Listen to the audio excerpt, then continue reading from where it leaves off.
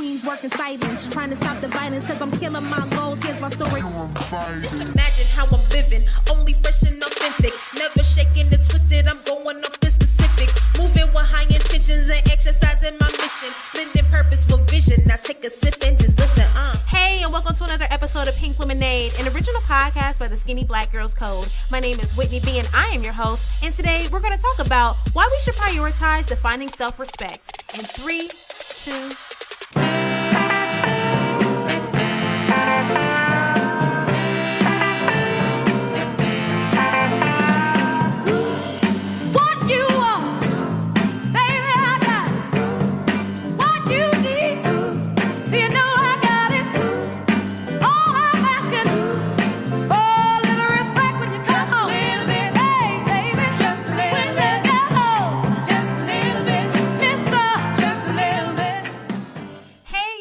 to season 3 of Pink Lemonade Podcast. Whoop whoop! Today is July 10th, 2018, and it feels so good to be back behind a mic. Let me tell you, the last few months have just flown by, and I'm just grateful. I'm just really grateful to see another day and to just record another episode. Now, if this is your first time tuning into Pink Lemonade, welcome and what's up? And if you're a regular subscriber, hey. This is a micro, aka very short podcast that explores personal development, because before we can become dope go-getters, entrepreneurs, husbands, wives, or just overall contributors to society, we have to tap into our truths, accept them, and move forward to become the best version of ourselves. Now, I don't do this often, but if you enjoyed today's episode, please be sure to subscribe, like, or comment on SoundCloud, Apple Podcasts, Google Play, or Anchor, or any one of these other platforms. It's like everywhere, so just make sure you subscribe. But on another note, did you hear that proclamation? No, RESPECT. Okay. Now, I am not going to embarrass myself, but every time I hear Respect by Aretha Franklin, I get chills. It's just bold, it's powerful, and it's inspiring, and it's just so impactful to me, despite the fact that it was written and performed more than 50 years ago. As I was thinking about how I wanted to format this episode, I took a trip to the past to learn about this iconic song.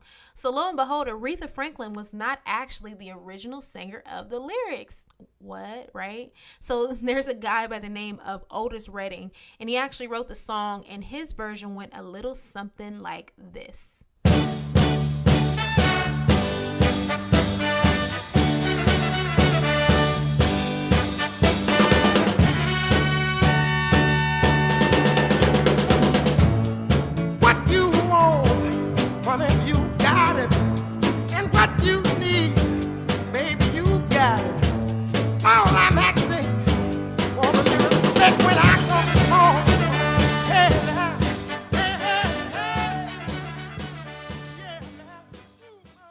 Totally different vibes, right? And as it should be, because both Aretha and Otis conveyed two totally different storylines in their versions. Redding was this desperate guy who wanted to give his woman the world. He didn't care less, or he couldn't have cared less about her doing him wrong, because as long as he was bringing home the money, when he came home, he made sure that he had his due respect. Now, Aretha, on the other hand, she took his words and she added some background singers, the essence of a little spelling bee, and she decided to tell a different story. She told the story of a strong and confident woman who took care of business and dared to be challenged about her worth. Now, it's not a secret that Aretha's version went on to become a commercial success, literally, and an empowerment anthem for the century. Now, I've listened to this song a million times, and as I listen, I realize how amazing it is that when you listen to song lyrics, it can change your total perspective on life and just put you on a different wavelength that you might have even thought about before. One thing in particular, and shout out to Aretha because she really inspired this, and I've really started to think about how I look at the concept of self-respect. Now, most people will say that they respect themselves, but what does that even really mean? I mean, I often hear the term self-respect and people use it interchangeably with self-esteem. But, after I looked at everything, I realized that two terms are not one and the same. When you have a sense of self-esteem, it's really based off of your ability to evaluate how well you do something and your direct success. So, in other words, your self-esteem is embedded in your abilities. Esteem allows us to concentrate on how great or how terrible we are at something. And esteem can also rest in the hands of other people. How many times have you gotten geeked up over a compliment, especially when you thought that you weren't qualified or worthy enough to receive it?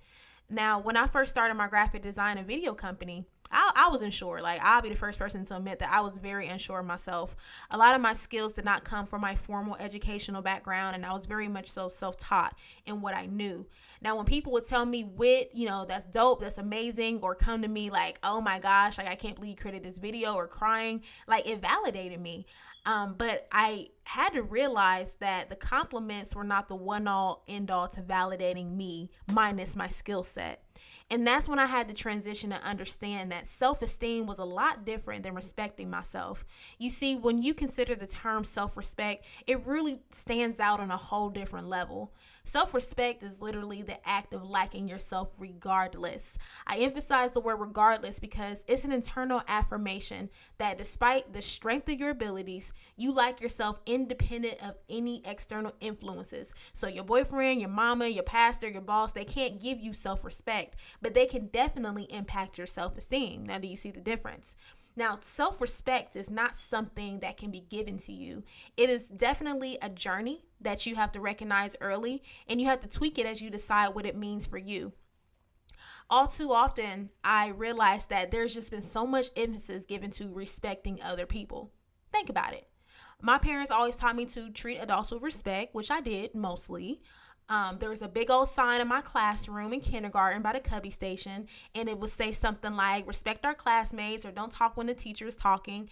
And then, when you go out into the real world and start to work, you learn how to respect your boss, your clients, your customers, and coworkers. Now, all too often, I hear people ask, how's married life treating you? Or how's work treating you? But never in my 27 years of life has anyone ever asked me, how are you treating yourself lately? So when I thought about that, I realized that I've collectively given my energy to treat everything and everyone with massive respect without giving thought to wondering if I'm doing the same thing for myself. My thought process around self-respect literally matriculated in the last couple of months because I've been in situations where I felt like I wasn't respecting myself in the way that I deserve to. Certain individuals in my life, and I will say both personally and professionally, they just exhibited behaviors that made me feel like I was just settling. And I feel like when you settle, you suffer internally. Many times I never realized that I was settling for being mistreated, and that made it worse because I was oblivious to why I didn't feel whole on the inside. And after a while, I just started to recognize a pattern, and I'm like, everything that I wanted was because I didn't communicate how I wanted to be treated. I accepted someone else's version of respect or lack thereof.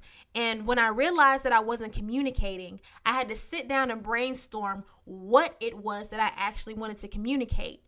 I had to take time to truly get to know myself, and I stumbled upon the realization that respect is an inside job. And that inside job is intertwined with self-discovery.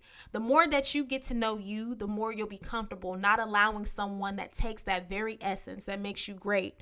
And when you're unsure, or if you haven't taken the time to really sit down and think about who you are, you open up the door to allow other people to define who they think you are. Oftentimes, when that door is open, we start to believe those narratives because we haven't spent the time to author our own distinct values and personality. In turn, we start blaming other people for how they treat us when really it starts with how we treat ourselves. Now, when you begin to respect yourself from the inside, you begin to shift from being a victim to being responsible for the role you play in how others treat you. People don't respect people who don't respect themselves, bottom line. And in order to gain the respect that you want from other people, you have to define what it looks like for you first.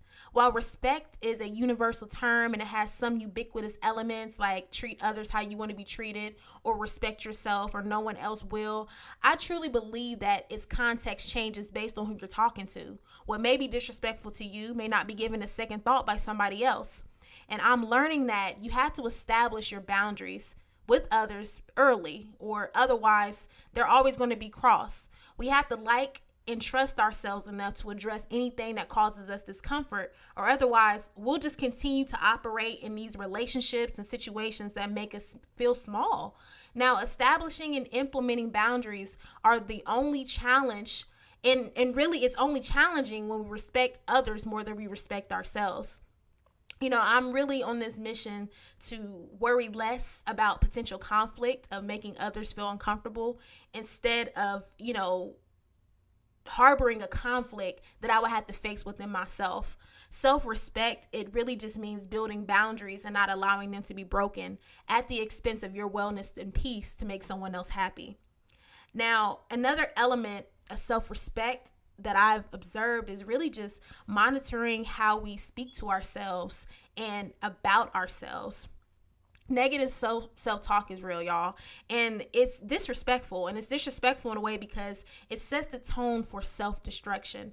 Now, in fact, I found a study, and there was a study that claimed that negative self-talk leads to physical effects in your body. When you criticize yourself, you're essentially stressing yourself out and your body, and this produces high levels of cortisol, which is a chemical that is linked to weight gain, low immune function, high blood glucose levels, high blood pressure, and just a whole lot of other problems. Negatively speaking about yourself can legitimately hurt you. And one thing that I've learned over the years is that I am fully responsible for what I attract and speak into my life.